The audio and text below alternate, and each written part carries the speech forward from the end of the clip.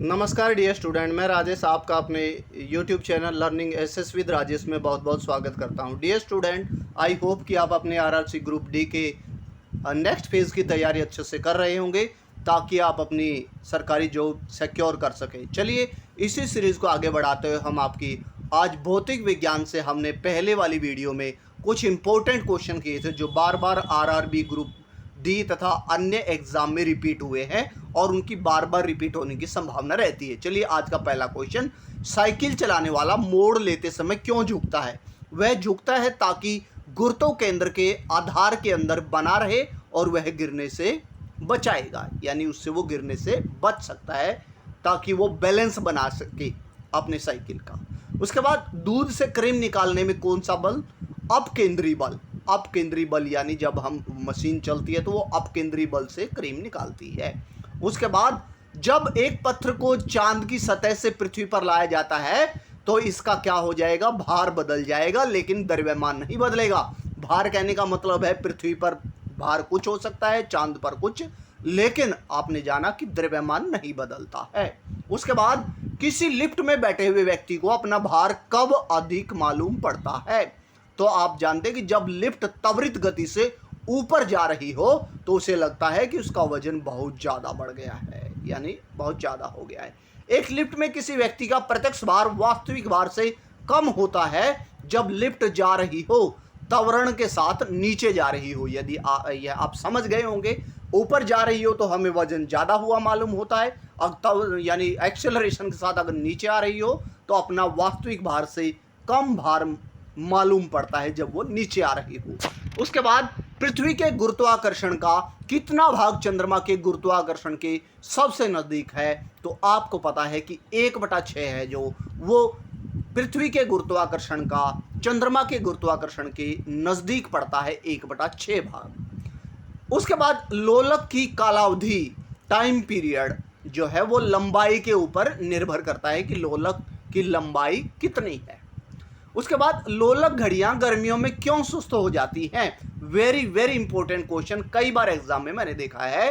तो आप बताएंगे लोलक की लंबाई बढ़ जाती है जिससे इकाई दोलन में लगा हुआ समय बढ़ जाता है, यानी कहता है कि जितना लोलक की लंबाई बढ़ेगी यानी गर्मियों में वो बढ़ जाती है जिससे दोलन में लगा हुआ समय बढ़ जाता है, तो इसलिए वो लोलक घड़ियां गर्मियों में सुस्त हो जाती हैं। उसके बाद किसी सरल लोलक की लंबाई 4 डिग्री यानी 4% बढ़ा दी जाए, उसका आवर्तकाल क्या हो जाएगा? 2% बढ़ जाएगा, यानी आवर्तकाल कम बढ़ेगा, आधा ही बढ़ेगा, यानी लंबाई बढ़ने पर आप जानते हैं कि आवर्तकाल में कमी आ जाती है। उसके बाद पार्श्व विकृति तथा अनुदैर्ध्य विकृति के अनुपात को क्या कहते हैं? पवासो अनुपात कहते हैं। बहुत ही इंपॉर्टेंट क्वेश्चन है, आरआरबी का रिपीटेड क्वेश्चन। उसके बाद वर्षा की बूंद गोलाकार होती है सतही तनाव के कारण, पृष्ठीय तनाव के कारण वो क्या होती है? गोलाकार होती है वर्षा की बूंदें। उसके बाद तेल की जो तेल दीप की बत्ती में तेल खालिस्तान के कारण ऊपर उठता है, यानी हम दिया बनाते हैं, तेल का दिया जो बनाते हैं, कहता है कि उसमें जो तेल है बत्ती में किसकी वजह से चढ़ता है? केशिका क्रिया की वजह से चढ़ता है। उसके बाद श्यानता की इकाई क्या है? हमने जाना कि पवाइज जो है, पवाइज श्यानता की इकाई है। बहुत ही इंपॉर्टेंट क्वेश्चन है, याद रखिएगा। उसके बाद उत्प्लावकता से संबंधित वैज्ञानिक कौन से हैं? आर्किमिडीज जो है, जो वो उत्प्लावकता से संबंधित वैज्ञानिक है, यानी उन्होंने उत्प्लावकता की खोज की है। उसके बाद अगला क्वेश्चन इंपॉर्टेंट, महान वैज्ञानिक आर्किमिडीज का संबंध किस देश से है? आप जानेंगे कि उनका संबंध ग्रीस यानी यूनान देश से है, आर्किमिडीज का, जिनके संबंध किससे है? उत्प्लावकता से है। उसके बाद ध्वनि तरंगों की प्रकृति कैसी होती है? जो साउंड वेव होती है ना, उनकी अनुवृत्ति कैसी होती है? अनुदैर्ध्य वो तरंगे होती हैं। आपने पढ़ा होगा कि अनुदैर्ध्य तरंगे होती हैं, अनुप्रस्थ तरंगे होती हैं, विद्युत चुंबकीय, लेकिन आपने पढ़ा कि ध्वनि तरंगे अनुदैर्ध्य होती हैं। उसके बाद अगला क्वेश्चन है, अपने उड़ान पथ में अवरोधकों की पहचान के लिए चमगादड़ निम्न में से किस तरंग का प्रयोग करते हैं? आपको पता है कि वो प्रासर्व्य तरंगों का प्रयोग करते हैं, प्रासर्व्य तरंगों का प्रयोग। उसके बाद प्रासर्व्य वे ध्वनियां होती हैं जिनकी फ्रीक्वेंसी किससे ज़्यादा होती है, 20,000 हर्ट्ज से ज़्यादा होती है, और आपको पता है कि आदमी उन्हें नहीं सुन सकता है। चलिए आगे बढ़ते हैं। ध्वनि तरंगे कैसे होती हैं, लंबवत तरंगे होती हैं। बहुत ही इंपॉर्टेंट क्वेश्चन आरआरबी का। उसके बाद अगला क्वेश्चन, अभी जैसे मैं बात कर रहा था कि हमारी जो सर्व्य परिसर में ध्वनि तरंगों की आवृत्ति यानी जो सुनी जा सकती हैं उनकी आवृत्ति आपने पढ़ा 20 हर्ट्ज से 20,000 हर्ट्ज के बीच में फ्रीक्वेंसी हो तो हम उन ध्वनि तरंगों को सुन सकते हैं।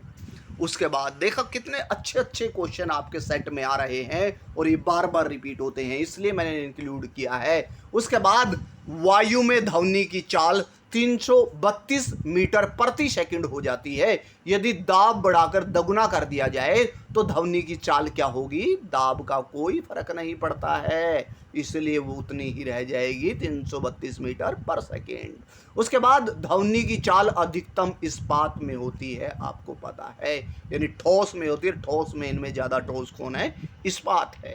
उसके बाद वायु में ध्वनि का वेग कितना होता है, बार बार रिपीटेड क्वेश्चन है, आप बताएंगे 332 मीटर पर सेकंड। उसके बाद 100 डेसिबल का शोर निम्न स्तर में से किसके संगत होता है, तो यानी 100 डेसिबल, आपने कल वाली पहले वाली वीडियो में पढ़ा था कि डेसिबल जो है वो ध्वनि मापने की इकाई है, शोरगुल मापने की। कहता है कि 100 डिग्री डेसिबल यानी 100 डेसिबल शोर कहाँ पर होता है, आपको पता है, मशीन की दुकान से आने वाला शोरगुल है जो है, यानी बड़ी बड़ी मशीनें जो 100 से ऊपर डेसिबल शोर करती हैं। अगला क्वेश्चन, यदि सितार और बांसुरी एक ही स्वर में बजाया जाए तो उनसे उत्पन्न ध्वनि का भेद निम्न में किसके कारण किया जा सकता है, केवल ध्वनि गुणता यानी ध्वनि की क्वालिटी कैसी है उसके आधार पर हम उनको बांसुरी और सितार की ध्वनि को अलग अलग कर सकते हैं। चलिए आगे बढ़ते हैं। आई होप कि आपको सेशन अच्छा लग रहा है और क्वेश्चन समझ आ रहे हैं। चलिए अगला क्वेश्चन है, एक जेट वायुयान 2 मैच के वेग से हवा में उड़ रहा है। जब ध्वनि का वेग 332 मीटर पर सेकंड है तो वायुयान की चाल कितनी है, तो आप बताएंगे वायुयान की चाल दोगुनी 664 मीटर पर सेकंड है, 664 मीटर पर सेकंड। उसके बाद डेसिबल का प्रयोग, अभी मैंने बताया, बार बार रिपीट होता है, ध्वनि की तीव्रता के लिए एसएससी 2005 का क्वेश्चन है। उसके बाद आगे बढ़ते हैं, ध्वनि तरंगे किसके कारण प्रतिध्वनि उत्पन्न करती है, प्रतिध्वनि, तो वो परावर्तन के कारण प्रतिध्वनि, आपने जाना, बहुत इंपॉर्टेंट क्वेश्चन। सोनार, एनसीईआरटी का क्वेश्चन, 9th क्लास का। सोनार अधिकांश प्रयोग किया जाता है, आपको पता है, नौका संचालकों द्वारा सोनार प्रयोग किया जाता है। उसके बाद अगला क्वेश्चन, किस ध्वनि स्रोत की आवृत्ति में होने के कारण होने वाले उतार चढ़ाव को क्या कहते हैं, और आपने पढ़ा ध्वनि की आवृत्ति में उतार चढ़ाव को डॉपलर प्रभाव कहते हैं। उसके बाद पास आती हुई रेलगाड़ी की सीटी की आवृत्ति तीक्ष्णता बढ़ती है, ऐसा किसका कारण है, तो आपने जाना कि ऐसा डॉपलर प्रभाव का कारण है। उसके बाद केल्विन मानव के मान से मानव के शरीर का सामान्य ताप कितना है, 310 केल्विन, आईएएस 1995 का क्वेश्चन है। आगे बढ़ते हैं, निम्न कितना तापमान होने पर पाठ्यांक सेल्सियस और फारेनहाइट तापमापियों में एक समान हो जाएगा, यानी सेल्सियस और फारेनहाइट समान कितने टेम्परेचर पर हो जाएगा, 40 डिग्री पर हो जाएगा, -40 डिग्री पर हो जाएगा। उसके बाद न्यूनतम संभव ताप कितना है, ये कहता है कि ऊपरी सीमा कोई नहीं है लेकिन न्यूनतम कितनी हो सकती है, यानी -273 डिग्री से कम तापमान नहीं हो सकता है, यानी सबसे न्यूनतम कितना तापमान है, -273 डिग्री। उसके बाद अगला और रिपीटेड क्वेश्चन, मनुष्य के शरीर का तापमान 98 डिग्री फारेनहाइट और सेल्सियस में कितना, 37 डिग्री, करीब 37 डिग्री सेल्सियस। आगे बढ़ते हैं, ठंड के दिनों में लोहे के गुटके और लकड़ी के गुटके को प्रातःकाल में छुएं तो लोहे का गुटका ज़्यादा ठंडा होता है, क्योंकि लकड़ी की तुलना में लोहा ऊष्मा का अच्छा संचालक है, गुड कंडक्टर है एनर्जी का, तो इसलिए वो ज़्यादा ठंडा मिलता है। उसके बाद वेरी वेरी इंपॉर्टेंट क्वेश्चन, आणविक संचलन से द्वारा ऊष्मा का संचरण क्या कहलाता है? यानी जब ऊष्मा के अणु दूसरी चीज़ को गर्म करते हैं तो ऐसी सिचुएशन को संवहन कहते हैं। तो क्या कहते हैं? संवहन। और आपने पढ़ा कि कंडेंसेशन, जिसकी वजह से बारिश होती है, आपने पढ़ा है। उसके बाद निम्नलिखित द्रवों में से कौन सा ऊष्मा का बहुत अच्छा चालक है? आपने पढ़ा पारा जो है बहुत अच्छा, इनमें से पानी, ईथर, बेंजीन और इनमें से पारा जो है। उसके बाद समान मोटाई के कपड़े को दो परतों, उसके दोगुनी मोटाई के कपड़े की एक परत से अधिक उष्ण आवरण प्रदान करते हैं, इसका क्या कारण है? कहता है कि मान लो एक पतला सा कपड़ा, उसकी दो परतें कर दे, उसके बराबर मोटाई का एक कपड़ा ले ले, कहता है कि वो दो परतें ज्यादा गर्मी दे प्रदान करती है। क्यों? कारण क्या है? दोनों परतों के बीच संपुटित वायु के कारण, यानी उनके बीच में हीट पैदा होती है। उसके बाद ग्रीष्म काल में हमेशा सफेद वस्त्र पहनने की सलाह दी जाती है, क्योंकि सफेद वस्त्र एनर्जी को ज़्यादा एब्जॉर्ब नहीं करते हैं। और हमने पढ़ा काले वस्त्र नहीं पहनने की सलाह दी जाती है, क्योंकि काले वस्त्र गर्मी को ज़्यादा एब्जॉर्ब करते हैं, काली चीज़ें। चलिए आगे बढ़ते हैं। न्यूनतम तापमानों का अनुप्रयोग होता है। न्यूनतम तापमानों का प्रयोग अंतरिक्ष यात्रा, चुंबकीय प्रोत्स्थापन तथा दूरमिति में प्रयोग किया जाता है। किसका? न्यूनतम तापमानों का। उसके बाद अगला क्वेश्चन, तेज हवा पानी, तेज हवा वाली रात्रि में ओस नहीं बनती है, क्या कारण है? हमने देखा अगर तेज हवा बह रही हो तो सुबह ओस नहीं मिलती है सर्दियों में। क्या कारण? वाष्पीकरण की दर तेज हो जाती है, इवेपोरेशन तेज हो जाता है। उसके बाद ठोस कपूर से कपूर वाष्प बनाने की क्रिया को क्या कहते हैं? यानी ठोस कपूर से कपूर की भाप अगर बनाई जाए उसे ऊर्ध्वपातन प्रक्रिया कहा जाता है। मनुष्य आर्द्रता से परेशानी महसूस करता है, इसमें से निम्न में से उपयुक्त कारण क्या है? कहता है कि जब ह्यूमिडिटी बढ़ जाती है, यानी आर्द्रता बढ़ जाती है, तो आदमी बेचैनी महसूस करता है। क्यों?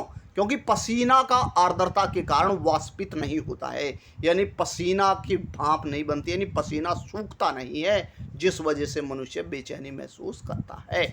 उसके बाद किसी द्रव को उसके क्वथनांक से पोरों उसके वाष्प में बदलने की प्रक्रिया को वाष्पीकरण कहते हैं, इवेपोरेशन कहते हैं। उसके बाद पहाड़ों पर पानी निम्नलिखित तापक्रम पर उबलने लगता है। हमने पहली वाली वीडियो में देखा 100 डिग्री से कम। क्यों? हमने रीजन पढ़ा था, वहां पर वायु दाब कम होता है, इसलिए उबलने वाला तापमान कम हो जाता है वहां पर। मेट्रो रेल 2002 में क्वेश्चन आया हुआ है। भाप से हाथ अधिक जलता है जबकि उबलते पानी से कम, यानी उसकी तुलना में, क्योंकि भाप की गुप्त ऊष्मा ज्यादा होती है।